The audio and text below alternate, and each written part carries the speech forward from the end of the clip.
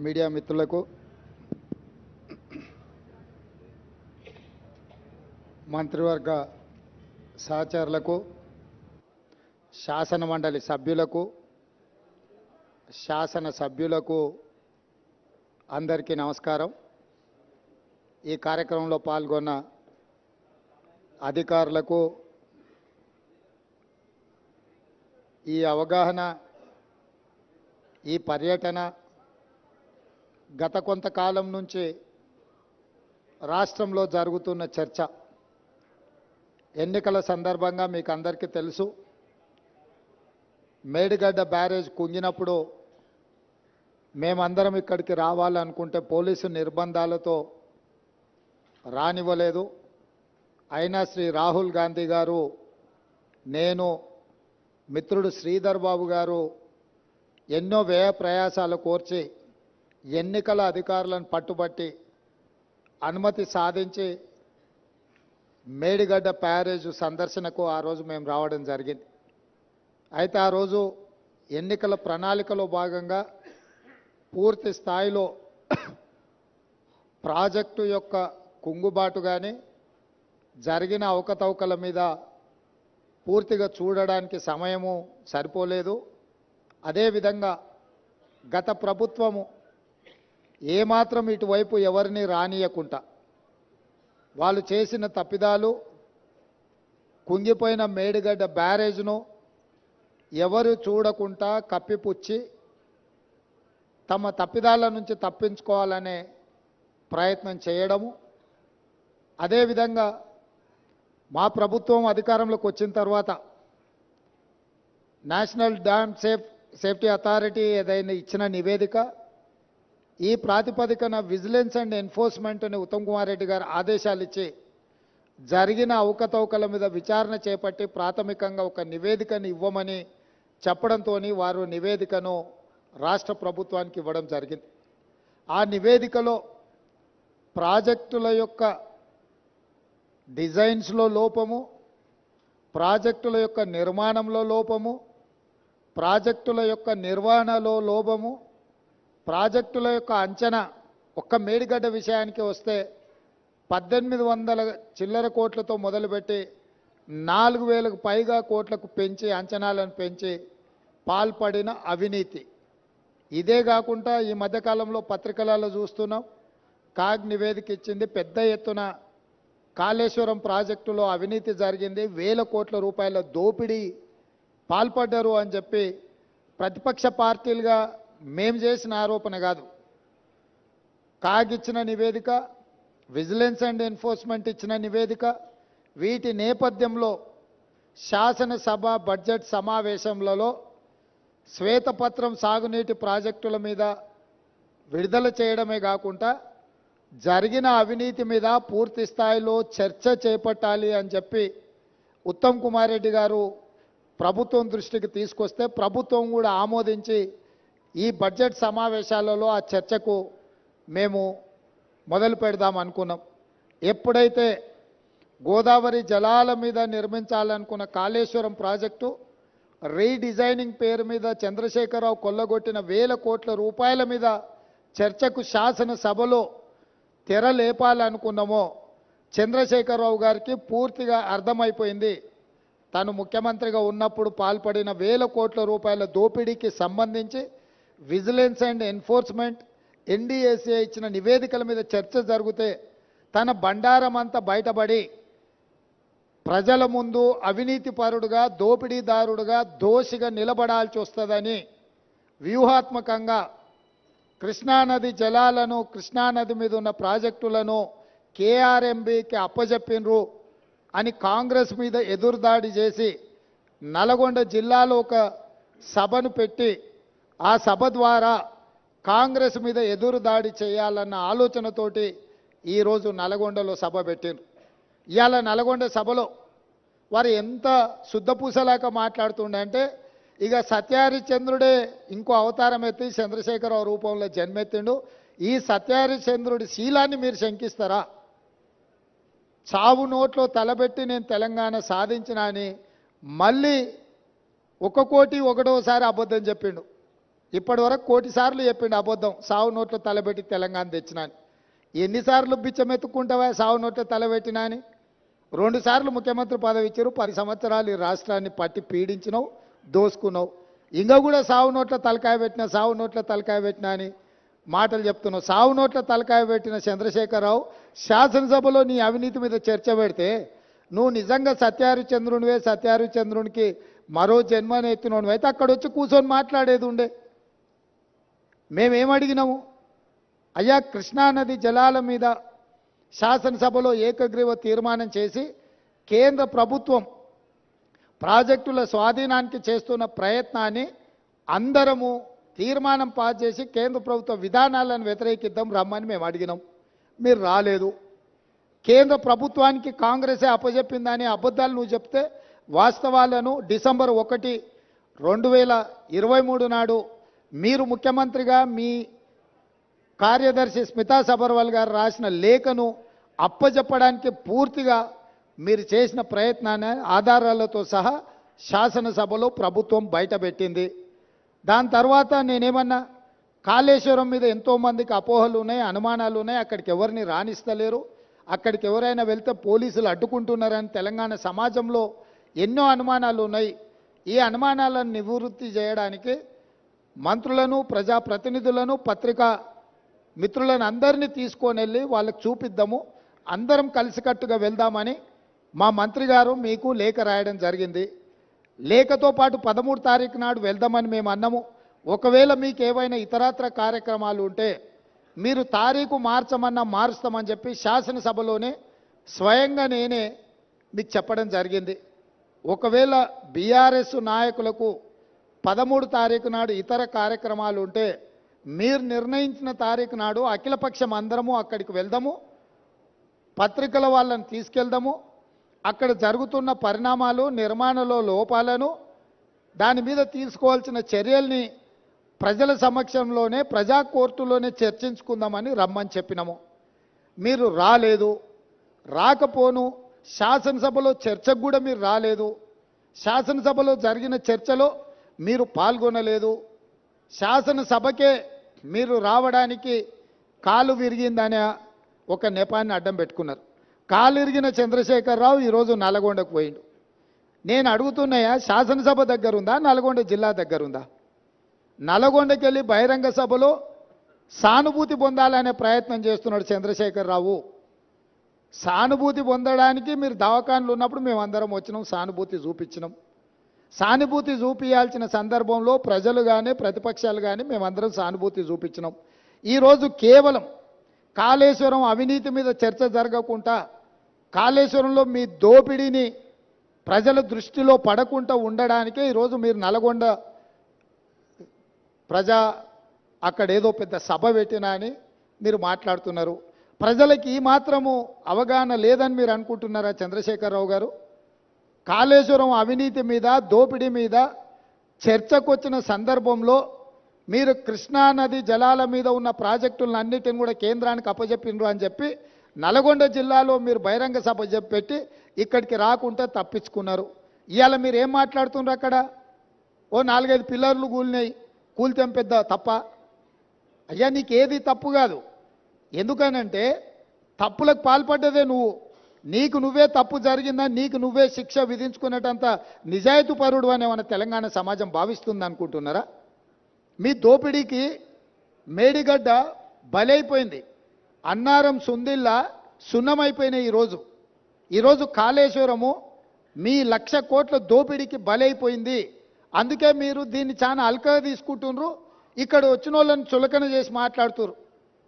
మీరు ఈరోజు ఇక్కడికి రాకపోవడం ఒక తప్పిదమైతే ఇక్కడ తీసుకున్న కార్యక్రమాన్ని చులకన చేసి తిట్టడం అనేది మీ దిగజారుడు తనానికి నిదర్శనం. చంద్రశేఖరరావు గారు ఈరోజు ఆయన మాట్లాడుతున్నాడు, మీరు కేఆర్ఎంబి మీద మీకు అవగాహన లేకపోతే నడితే అన్న ఎట్లా చేద్దామని మాట్లాడితే నేను సలహా చెప్పటోని. అయ్యా శాసనసభలో చర్చ పెట్టినాం, సలహా చెప్పమని అడిగినాం. శాసనసభలో నేను స్పీకర్ గారికి విజ్ఞప్తి చేసిన, దయచేసి మాజీ ముఖ్యమంత్రి గారికి ఆదేశాలు ఇవ్వండి, అవసరమైతే సభను వాయిదా వేయండి, వారు వచ్చినాక వారి సలహా సూచనలు తీసుకున్న తర్వాతనే తీర్మానం చేద్దామని చెప్పినాం. ఉత్తమ్ కుమార్ రెడ్డి గారు పెట్టిన తీర్మానంలో లోపాలు ఉన్నాయి, అది కూడా సక్కలేదన్నాడు. సక్కలేని తీర్మానానికి నీ అల్లుడు స్వాతిముత్యం ఎట్లా మద్దతు ఇచ్చింది ఏకగ్రీవంగా? నేను అందుకే 4 సార్లు అడిగిన. శాసనసభలో మీరందరూ చూశారు కదా మీడియా మిత్రులు. ఉత్తమ్ కుమార్ రెడ్డి గారు ఈ ప్రాతిపదికన తీర్మానాలు పెట్టినరు. దీనికి టీఆర్ఎస్ పార్టీ వైఖరి ఏందో స్పష్టంగా చెప్పండి అని అంటే హరీష్ రావు గారు మాజీ సాగునీటి పారుదల శాఖ మంత్రిగా, కేసీఆర్ కుటుంబ సభ్యుడిగా స్పష్టంగా ఈ తీర్మానానికి సంపూర్ణమైన మద్దతు పలుకుతున్నా అని చెప్పిండు. అప్పుడే నేను లేచి ఏం చెప్పినా, వీళ్ళు మాట్లాడేదానికి ఏం విలువలేదా చంద్రశేఖరరావు, ఇవి విలువలేని మాటలను కొట్టిపడేస్తాడు, ఆయననే యజమాని, ఆయన ఓనర్, ఆయన వచ్చి చెప్తే తప్ప దీంట్లో విషయం లేదని నేను చెప్పిన. ఇవాళ సరిగ్గా నల్గొండలో అదే మాట్లాడండి. ఏం తీర్మానమే? దిక్కుమాలిన తీర్మానం, దాంట్లో ఏమైనా విషయం ఉందా? అదో పనికిమాలిన తీర్మానం, ఆ తీర్మానానికి వీళ్ళందరూ మద్దతు అని. మరి ఒకవేళ తీర్మానంలో లోపాలు ఉంటే మీరు వచ్చి సవరించేది ఉండే. లేదు, మీ ప్రతినిధిగా మాట్లాడిన హరీష్ రావు గారు ఇది తప్పు, ఈ తీర్మానంలో లోపాలు ఉన్నాయి, దీన్ని సవరిస్తున్నామని తీర్మానం సవరించి ప్రతిపాదించేది ఉండే. నేను చెప్పింది చెప్పినట్టుగా హరీష్ రావు గారు లాంటి వాళ్ళకి ఆ పార్టీలో విలువ లేదు, వాళ్ళ మాటల పట్ల విశ్వాసం లేదు, అందుకే చంద్రశేఖర్ రావాలని మేము అడిగినాము. మీరు రాలేదు. ఇవాళ అంటున్నాడు ఆయన, ముఖ్యమంత్రి గారు అఖిలపక్షాన్ని ఢిల్లీకి తీసుకెళ్లాలని. ముఖ్యమంత్రి గారు అఖిలపక్షాన్ని ఢిల్లీకి తీసుకెళ్తాను, ఒకవేళ శాసనసభలో మీరు వచ్చి మీరు ఆ ప్రతిపాదన పెట్టండి. మా ప్రభుత్వము వినడానికి, ప్రజలకు మేలు జరిగే విధానాలు చేపట్టడానికి స్పష్టంగా ఒక స్పష్టతతో ఉన్నది. మీరు నల్గొండకెళ్ళి గక్కడేదో సభ పెట్టి దిక్కుమాలిన మాటలు మాట్లాడే కంటే శాసనసభ జరుగుతుంది. ప్రధాన ప్రతిపక్ష నాయకుడిగా 10 సంవత్సరాలు ముఖ్యమంత్రిగా పనిచేసిన మీరు, 20 ఏళ్ల నుంచి తెలంగాణ కోసం కొట్లాడినని చెప్పుకునే మీరు సభకి ఎందుకు రావడం లేదు? ఇవాళ బెదిరించి బతకాలని చూస్తున్నాడు, బ్లాక్మెయిల్ చేసి బతకాలని చూస్తున్నాడు కేసీఆర్ గారు. మమ్మల్ని వెంటాడుతాడంట ఆయన. అయ్యా రా, మంచిది, మేమేం అల్లాటప్పగా ఏమి ఇక ఆ కుర్చీలో కూర్చోలే. ప్రజల దగ్గరికి వెళ్ళి ప్రజలు ఓట్లేసి ప్రజలు ఎన్నుకున్న ప్రభుత్వం అక్కడ ఉంది. నీలాక ఉద్యమ ముసుగులో మంది పిల్లలను చంపి మేము కుర్చీ ఎక్కలేదు. చచ్చిపోయిన కుటుంబాలను ఆదుకుంటూ మేము ఇవాళ ప్రభుత్వాన్ని ఏర్పాటు చేసినాము. ఏర్పాటు చేసిన ప్రభుత్వంలో మేము ప్రజలకు అవసరమైన నిర్ణయాలు తీసుకుంటున్నాము. నిజంగానే నేను చంద్రశేఖరరావు గారిని సూటిగా అడుగుతున్నా, మీరు ఈ లోపాలలో, కాళేశ్వరంలో జరిగిన అవినీతిలో మీకు భాగస్వామ్యం లేకపోతే మీరు ఎందుకు భయపడుతున్నారు కాళేశ్వరం రావడానికి? మీరెందుకు చర్చకు రావడం లేదు? మేడిగడ్డ కుంగిపోయినప్పటి నుంచి ఈ రోజు వరకు చంద్రశేఖరరావు గారు ఏ రోజు కూడా కుంగిపోయిన మేడిగడ్డ మీద కానీ, అన్నారం మీద కానీ, సుందిళ్ళ మీద కానీ మీరు ఒక్క మాట ఎందుకు మాట్లాడతలేరు? శాసనసభలో చర్చ పెడితే మీరు మొహం ఎందుకు చాటేసిండ్రు? అదేవిధంగా కేఆర్ఎంబీ మీద ప్రాజెక్టులను అప్పచెప్తున్నామని చెప్పి మీ కార్యదర్శి గారు మాట్లాడిన విషయాలు ఉత్తమ్ కుమార్ రెడ్డి గారు లేఖ బయట పెడితే దాని మీద మీరు ఎందుకు స్పందిస్తలేరు? మీ కార్యదర్శి గారు మీ అనుమతి తీసుకొని లేఖ రాసినా, మీ అనుమతి లేకుంటేనే లేఖ రాసినా ప్రజలకు వివరించాల్సిన బాధ్యత మీకు లేదా? ఈరోజు కాళేశ్వరం అవినీతి మీద చర్చ జరిగినప్పుడు ఈ అవినీతి గురించి చర్చ జరగకుండా ఉండాలి అని, ఈ సమస్యను తప్పుదోవ పట్టించాలని ఈరోజు మీరు నల్గొండలో మీటింగ్ పెట్టినరు. మీరు మీటింగులు పెట్టి రాష్ట్రానికి ఏదైనా ప్రయోజనం చేకూర్చే మాటలు ఏమైనా మాట్లాడినరా? ఆయన అక్కడి నుంచి మాట్లాడుతున్నాడు మళ్ళీ అధికారంలోకి వస్తామని. నువ్వు చేసిన పనికి నిన్న అధికారంలోకా? ముందే ప్రజలకి విషయాలు తెచ్చుంటే ఆ ప్రతిపక్ష హోదా కూడా నీకు రాకపోతుండే. ఇవాళ ప్రతిపక్ష నాయకుడిగా నీ బాధ్యతను నువ్వు నెరవేర్చకుండా పారిపోయి శాసనసభకు రాకుండా ముఖం చాటేసి ఇంకెక్కడికి వెళ్తావని నేను అడుగుతున్నా. మీకు 39 మంది ఎమ్మెల్యేలను ఇచ్చి ప్రతిపక్ష నాయకుడు హోదా ఇస్తే సభలోకి వచ్చి సమస్యల మీద చర్చించకుండా పారిపోయి ఈరోజు మీరు ఏ రకంగా ప్రజల ముందుకు వస్తారు? ఏ ముఖం పెట్టుకొని వచ్చిండ్రు? ఈరోజు నల్గొండ జిల్లా ప్రజల్ని మీరు ఏం వంచడానికి ఈరోజు అక్కడికి వెళ్ళిండ్రు? ఆయనకి ఇప్పుడు మళ్ళీ ఫ్లోరైడ్ బాధ గుర్తొచ్చింది. ఎందుకంటే కుర్చీ పోయింది కదా, కుర్చీ పోగానే కేసీఆర్కు గుర్తొచ్చేది నీళ్లు, నల్గొండ జిల్లా ఫ్లోరైడ్ బాధితులు. ఎంతసేపు అయ్యా వాళ్ళ బాధల పునాదుల మీద అధికారాన్ని ఎక్కాలని ఆలోచన చేస్తున్నావు? ఇప్పుడు నీ అబద్ధాలను నమ్మడానికి తెలంగాణ సమాజం సిద్ధంగా ఉందని ఇంకా నువ్వు అనుకుంటున్నావా? అందుకే ఈరోజు ఇక్కడ ఈ అవగాహన సదస్సుకు దాదాపుగా హైదరాబాద్లో బయలుదేరి 5 గంటల పైగా ప్రయాణం చేసి ఈరోజు మంత్రులు కానీ ప్రజాప్రతినిధులు కానీ పాత్రికేయ మిత్రులు కానీ మీ అందరికీ కూడా వాస్తవాలను చూపించి వాస్తవాలకు సంబంధించిన వివరాలు వివిధ ఏజెన్సీల ద్వారా మీకు చెప్పించడం ద్వారా నిజమేందో మీ కళ్ళతో చూడాలని ఈరోజు ఈ పర్యటన. ఈ నిజాన్ని మీ కళ్ళతో చూసిండ్రు, ఈ వాస్తవాలను సమాజానికంతా మీరు చెప్పండి. న్యూయార్క్లో ఇది ఒక మ్యాన్ మేడ్ వండర్ అని చెప్పి న్యూయార్క్ స్క్వేర్లో ప్రకటనలు తీసుకుర్రు. నేషనల్ మీడియాలో ఇక దాని కథ చెప్పనంతగా కథలు చెప్పుకుర్రు. అందుకే నేను నేషనల్ మీడియా వాళ్ళని కూడా ఈరోజు రిక్వెస్ట్ చేస్తున్నా, మీ నేషనల్ మీడియాలో చూపించండి కుంగిపోయిన మేడిగడ్డను, పగిలిపోయిన బ్యారేజ్ను, దోపిడీ జరిగిన నిధులు, అదేవిధంగా విజిలెన్స్ అండ్ ఎన్ఫోర్స్మెంట్ ఇచ్చిన నివేదికను, నేషనల్ డ్యామ్ సేఫ్టీ అథారిటీ వాళ్ళు ఇచ్చిన రిపోర్ట్స్ని, టెక్నికల్ అండ్ అదర్ ఇష్యూస్లో వాళ్ళు ఇచ్చిన నివేదికలను అన్నిటిని కూడా మీరు చర్చకు పెట్టండి. మేము చంద్రశేఖరరావు గారికి మళ్ళీ ఈ వేదిక మీద నుంచి నేను ఆహ్వానిస్తున్నా, మీరు శాసనసభకు వచ్చి నల్గొండలో ఎవడు లేని దగ్గర ఏదేదో మాట్లాడు కాదు. మీ గౌరవాన్ని మేమేం తగ్గించం. ప్రధాన ప్రతిపక్ష నాయకుడిగా సభలో మీరు తెలంగాణ సమాజానికి ప్రయోజనం చేకూర్చే ఏ సూచనలు ఇచ్చినా ఈ ప్రభుత్వం వినడానికి సిద్ధంగా ఉంది. రేపు ఉదయం సభకు రాండి దయచేసి. ప్రత్యేకమైన ఎట్లాగూ శ్వేతపత్రం సాగునీటి ప్రాజెక్టుల మీద ఉత్తమ్ కుమార్ రెడ్డి గారు ప్రవేశపెట్టబోతున్నారు. చర్చలో పాల్గొనండి, మీరు సూచనలు ఇవ్వండి. ప్రతిపక్ష పార్టీ నాయకుడిగా మీ బాధ్యతల్ని నెరవేర్చండి. మీ స్వార్థం, మీ అధికారం కోసం కాకుండా ప్రజల కోసం ఒక్క క్షణమైన ఆలోచన చేయమని నేను అడుగుతున్నా. నేను మొన్న కూడా చెప్పిన, ఈరోజు చెప్తున్నా, కృష్ణానది జలాలు కేంద్ర ప్రభుత్వానికి అప్పచెప్పడంలో ఏనుగు పోయింది, తోక మాత్రమే మిగిలింది. ఇప్పుడు ఆ తోక పట్టుకొని ఏనుగును గుంజే ప్రయత్నం మా ప్రభుత్వం చేస్తుంది. అన్ని పాపాలకు నువ్వే కారణం. నువ్వే అప్పచెప్పినావు, అప్పచెప్పడానికి నిధులు పెట్టినావు, బడ్జెట్ ఆమోదింపజేసినావు, అప్పచెప్పడానికి అవసరమైన లేఖలు రాసినావు. ఇవాళ తోక మిగిలింది, ఆ తోక పట్టుకొని మేము గుంజే ప్రయత్నం చేస్తుంటే ఇక చూసిరా ఏనుగును కూడా టీఆర్ఎస్ కాపాడితే కాంగ్రెస్ వాళ్ళు కేంద్రానికి అప్పచెప్పారు. అదేవిధంగా కాళేశ్వరం అవినీతి మీద ఏదో ఆయన ఎంత అల్కగా మాట్లాడుతుండే, ఏముందా 4-5 పిల్లర్లు కుంగిపోయినాయి అంటే ఆయన ఎంత బాధ్యతారహితంగా మాట్లాడుతుండు. ఈ తప్పిదాలల్లా ఆయనకు భాగస్వామ్యం లేకపోతే ఇంత అల్కగా మాట్లాడతాడా? ప్రతిపక్ష నాయకుడిగా ఇదేనా మీ వ్యవహారము? ఇవాళ నీళ్లు నింపలేదు కాబట్టి మిగతా మిగిలినాయి. నీళ్లు నింపితే అది ఉంటుందా, ఊడుతుందా, ఏమైద్దో తెలుస్తుంది. నీళ్లు లేకుంటే మన ఇంటి మీద నీళ్ళ ట్యాంక్ ఉంటే అది ఒకవేళ కారుతుంటే పగిలేటట్టు ఉంటే మనం నీళ్లు తీసేస్తే అది అట్లా కొంతకాలం కనిపిస్తుంది. నీళ్లు నింపితే 2 రోజులకు అది కూలిపోతుంది. సేమ్ ఈరోజు మేడిగడ్డ బ్యారేజ్ కానీ సుందిళ్ళ కానీ అన్నారంలో నీళ్లు నింపలేదు. నీళ్లు నింపితే పెను ప్రమాదం పొంచి ఉన్నది. నీళ్లు నింపినామంటే అంత కొట్టుకపోతుంది. ఈరోజు నీళ్లు లేకుంటే ఎండబెట్టినాం కాబట్టి అది అట్లా నిలబడి ఉన్నది. అది ఏ క్షణమైనా కుప్పగూలడానికి సిద్ధంగా ఉంది. మీరే కళ్ళతో చూసినారు. మేడిగడ్డ బ్యారేజు 1.5 మీటర్ దాదాపుగా 5 ఫీట్లు భూమిలోకి కుంగిపోయింది. ఇది మేము చెప్పడం లేదు, సాంకేతిక నిపుణులు చెప్తున్నారు. కళ్ళకు గట్టినట్టుగా పగుళ్ళు కనిపిస్తున్నాయి.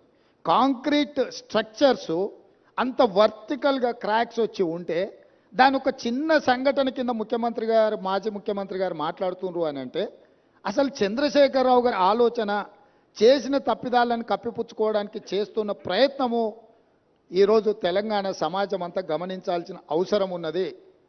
అందుకే చంద్రశేఖరరావు గారు దయచేసి రేపటి శాసనసభ సమావేశాలకు మీరు హాజరు కండి. శాసనసభ సమావేశాలలో బడ్జెట్తో పాటు సాగునీటి పారుదల శాఖ మంత్రి ఉత్తమ్ కుమార్ రెడ్డి గారు ప్రవేశపెట్టే శ్వేతపత్రము సాగునీటి ప్రాజెక్టుల మీద మీరు చర్చలో పాల్గొనండి. మీరు ఆ చర్చలో శాసనసభలో మీ అనుభవాన్నంతా రంగరించి కృష్ణానది జలాల మీద నిర్మించిన ప్రాజెక్టులను ఏ విధంగా మనం కాపాడుకోవాలి, కేంద్ర ప్రభుత్వం కొట్లాడాలనో మీ అనుభవాన్ని అంతా ఉపయోగించి సూచనలు ఇవ్వండి. అదేవిధంగా 1000 కోట్ల దోపిడీ జరిగిన కాళేశ్వరం ప్రాజెక్టులు ఈరోజు ఎల్ఎన్టీ సంస్థను బ్లాక్ లిస్టు చేయాలన్నా వద్దా? ఎల్ఎన్టీ సంస్థ నిర్మాణం చేయకుంటేనే పూర్తయినట్టు సర్టిఫికెట్ పొందడాన్ని, సర్టిఫికెట్ ఇచ్చిన అధికారులను శిక్షించాలనా లేదా? మీ వైఖరి ఏంది? కాళేశ్వరం ప్రాజెక్టు మీద జరిగిన అవకతవకల మీద నీ పార్టీ వైఖరి, మాజీ ముఖ్యమంత్రిగా, సాగునీటి పారుదల శాఖ మంత్రిగా మీది, హరీష్ రావు గారి వైఖరి శాసనసభ ద్వారా తెలంగాణ సమాజానికి, దేశ ప్రజలకు చెప్పాల్సిన బాధ్యత మీ మీద ఉన్నది. ఈరోజు మీరు నల్గొండలో మాట్లాడిన మాటలు చూస్తే నాకు కాలు ఇరిగిపోయినా, చేత కాకపోయినా, నేను సభకు వచ్చినా, మీకోసం వచ్చినా అని అంటున్నావు. నువ్వు వాళ్ళ కోసం ఎన్నడూ రాలే. వాళ్ళ కోసం వచ్చే లక్షణమే నీకు లేదు. ఎందుకంటే ఎంతోమంది పిల్లలు చచ్చిపోతే, ఎంతోమంది ఆత్మహత్యలు చేసుకుంటే, ఎంతోమంది గొప్ప వ్యక్తులు చనిపోతే కూడా చూడని వ్యక్తివి నువ్వు. ఈరోజు నీ కుర్సీ పోయింది కాబట్టి ఆ కుర్సీని ఎత్తుక్కుంటా మళ్ళీ నల్గొండకి వెళ్ళావు. ఎందుకంటే ఖమ్మము, నల్గొండ, మహబూబ్నగర్లో 36 సీట్లు ఉన్నాయి. ఖమ్మంలో 10, నల్గొండలో 12, మహబూబ్నగర్లో 14. ఖమ్మంలో 1 సీటు గెలిచాడు, నల్గొండ 1 సీటు గెలిచాడు, మహబూబ్నగర్లో 2 సీట్లు గెలిచాడు. 36 సీట్లల్లో ఈ మొనగానికి వచ్చినాయి 4 సీట్లు. రేపు పార్లమెంట్లో పూర్తిగా కాంగ్రెస్ పార్టీ గెలవడానికి అవకాశం ఉంది కాబట్టి ఏదో రకంగా సానుభూతి పొందైనా, నాకు కాలు లేదు, నేను అవుటివాడిని, నేను నడవలేకపోతున్నా అని అడుక్కోవడానికి, ఓట్లు అడుక్కోవడానికి వేసిన ఎత్తుగడ. ఈరోజు నువ్వు నల్గొండ జిల్లాకు నీ పట్ల సానుభూతి చూపించారు చంద్రశేఖరరావు. ఎందుకనంటే నువ్వు పచ్చిగా పట్టుబడ్డావు అవినీతి పరుడుగా. ఈ తెలంగాణను దోసుకున్నావు కాబట్టి నిన్న కుర్చీలకి వెళ్ళి దించిండ్రు. దించి 60 రోజులు కూడా కాలేదు, అప్పుడే అడుక్కునే పని మొదలుపెట్టిన అవతారం మార్చి. ఇప్పుడు ఎక్స్ట్రా ఏమొచ్చిందంటే వీల్ చైర్ వచ్చింది. ఒకప్పుడేమో మంచంలో వండుకున్నాడు నిజాం హాస్పిటల్లో, దాంతో సానుభూతి పొందిండు. ఆ కథ 10 ఏళ్ళు అక్కడికి వచ్చింది ఆయనకు. ఇప్పుడు ఆ కథ పోయింది కాబట్టి వీల్ చైర్కి వచ్చిండు. నల్గొండకు పోగలిగినోనివి ఇక పక్కలున్న కూతవేటి దూరంలో ఉన్న శాసనసభకు రాలేవా? ఎందుకు వస్తలేవు? బండారం బయటపడుతుందనా? లేకపోతే పచ్చిగా పట్టుబడి నీ దోపిడీ ప్రజలకంత అర్థమవుతుందనా? ఆయన ఏదో మమ్మల్ని భయపెట్టాలని చూస్తుండు. భయపడనని ప్రగల్భాలు వాడుతూ, భయపడకు, రా సభకు రా. ఎవరొద్దంటారు నిన్ను? సభలో వచ్చి మాట్లాడు. నేను స్పీకర్ గారికి విజ్ఞప్తి చేసిన, చంద్రశేఖరరావు గారు వస్తే ఎంతసేపు మాట్లాడతాడో అధ్యక్ష, మీరు మైక్ ఇవ్వండి, వారి అనుభవం అంతా ఉపయోగించి ఏం మాట్లాడతారో మాట్లాడండి. మేము కూడా విజ్ఞప్తి చేసినాం స్పీకర్ గారికి. స్పీకర్ గారు కూడా మీకు స్వేచ్ఛగా మీ పార్టీకి మైక్ ఇస్తున్నాడు, ఎక్కడ మీ మైక్ కూడా కట్ చేయలేదు. కాబట్టి ఈరోజు ఈ కాళేశ్వరం యొక్క అవినీతి మీద ఇంతమంది పర్యటన ఉంది కాబట్టి ఈ అవినీతి మీద చర్చ జరగకుండా ఉండడానికి నల్గొండలో కేసీఆర్ గారు సభ ఏర్పాటు చేసుకున్నారు. నల్గొండ జిల్లాలో మనుషులు దొరక్కపోతే పాత ఉమ్మడి మహబూబ్నగర్ జిల్లాలో కల్వకుర్తి నుంచి బస్సులు పెట్టి జనాలను దొలకపోయారా? బస్సులు 100 ఉన్నాయి, మంది 10 మంది ఊరు. నీ ఏషం అట్లుంది చంద్రశేఖరరావు. కాబట్టి ఇంత ఓపికగా ఇక్కడికి వచ్చి ఈ వాస్తవాలను చూసి అధికారులు ఇచ్చిన వివరాలు కానీ, ప్రతిపక్ష పార్టీగా మేము చెబుతున్న విషయాలను కానీ మీరందరూ ఒక బేరీజు వేసుకొని చంద్రశేఖరరావు గారి యొక్క కుట్రలను, కుతంత్రాలను తిప్పికొట్టాల్సిన బాధ్యత తెలంగాణ సమాజం మీద ఉన్నది. కవులు, కళాకారులు, మేధావులు అందరూ కూడా కాళేశ్వరానికి రండి. ఒకప్పుడు కాళేశ్వరం ప్రాజెక్టు కట్టినప్పుడు ప్రారంభోత్సవానికి జగన్మోహన్ రెడ్డి గారిని పిలిచిండ్రు, ఫడ్నవీస్ గారిని పిలిచిండ్రు. గ్రామాల నుంచి బస్సులు పెట్టి వేలాది మందిని తరలించండి ఇక్కడికి. మరి ఇవాళ అదే కాళేశ్వరం చూడడానికి ప్రతిపక్షాలను తెస్తే ఒక్క టీఆర్ఎస్ ఆయన కూడా పత్తకలేడు.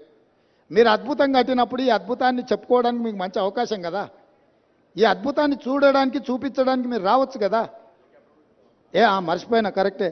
పొద్దున వచ్చేటప్పుడు చెప్పినాం, అయ్యా మీకు ఏదైనా ఇబ్బంది ఉంటే హెలికాప్టర్ కూడా ఉన్నది, దాంట్లో రాని, మేము బై రోడ్ పోతున్నాం, మీకోసం హెలికాప్టర్ సిద్ధంగా పెట్టినామని.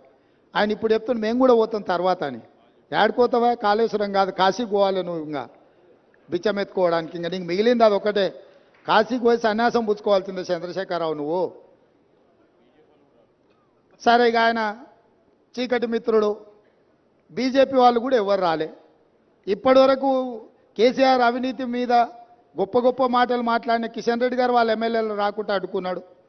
మీరు పొత్తు పెట్టుకుంటే పొత్తు పెట్టుకోండి, ఎవరో అన్నారు. ఎన్ని రోజులు చీకట్లో పొత్తు పెట్టుకుంటారు? రాబోయే పార్లమెంట్ ఎన్నికలలో మీ పొత్తు సంగతి ప్రజలకు ఎట్లాగో చెప్పాల్సే వస్తుంది. ఈరోజు ఎంతసేపు ఉన్న జ్యుడిషియల్ ఎంక్వైరీ వద్దు, మా చేతికి రాని. ఎందుకంటే మీ చేతికి ఇస్తే మీరు వాళ్ళు కలిసి కూర్చొని మాట్లాడుకుంటారు చీకట్ల. బీజేపీ వాళ్ళు వస్తారని మేము ఆశించినాం. ఎందుకంటే ఇంతకాలం కేసీఆర్ అవినీతి మీద సిబిఐ కేసులు అప్పచెప్పురు, కేసీఆర్ అవినీతిని తేల్చాలి అని అన్నారు. మరి కేసీఆర్ అవినీతిని తేల్చే అవకాశం వస్తే బీజేపీ ఎమ్మెల్యేలు ఎందుకు రాలేదు? సిపిఐ వచ్చింది, ఎంఐఎం వచ్చింది, బీజేపీ వాళ్ళు ఎందుకు రాలే? ఇవాళ రానోళ్ళు ఇద్దరే, బీఆర్ఎస్ బీజేపీ. మీ ఇద్దరు వైఖరి ఒకటేనా? మీరిద్దరు ఒకే రకంగా ఆలోచన చేస్తురా? మీరిద్దరు కలిసే ఈ విషయంలో ఒకే రకమైన విధానంతో ఉన్నారా? ఈరోజు బీజేపీ ఇది ప్రభుత్వ అధికారిక కార్యక్రమం, శాసనసభలో స్పీకర్ అనుమతితో ఏర్పాటు చేసిన కార్యక్రమం, ఇది కాంగ్రెస్ పార్టీ కార్యక్రమం కాదు. మాతో భిన్నాభిప్రాయాలు ఉండేవాళ్ళు కూడా ఇక్కడికి రావచ్చు. మా అభిప్రాయాలతో ఏకీభవించే వాళ్ళనే పిలవలే మేము. మా అభిప్రాయాలతో విభేదించే వాళ్ళని కూడా వాస్తవాలను చూడడానికి ఈరోజు ఇక్కడికి ఆహ్వానించినాము. కాబట్టి ఇప్పటికైనా బీజేపీ తమ వైఖరిని స్పష్టం చేయాలి. మీరు చంద్రశేఖరరావు గారి అవినీతిని కాపాడడానికి ఏమైనా ప్రయత్నం చేస్తారా? లేకపోతే చంద్రశేఖరరావును శాసనసభలో నిలదీసి జరిగిన అవినీతి మీద చర్యలు తీసుకోవడానికి రాష్ట్ర ప్రభుత్వానికి సహకరిస్తారా? మీ వైఖరి కూడా స్పష్టంగా చెప్పాల్సిందిగా బీజేపీని మేము డిమాండ్ చేస్తున్నాం.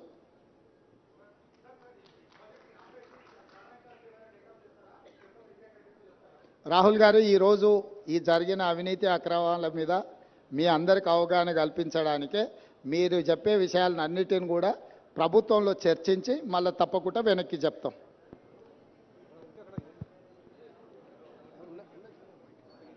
మైకే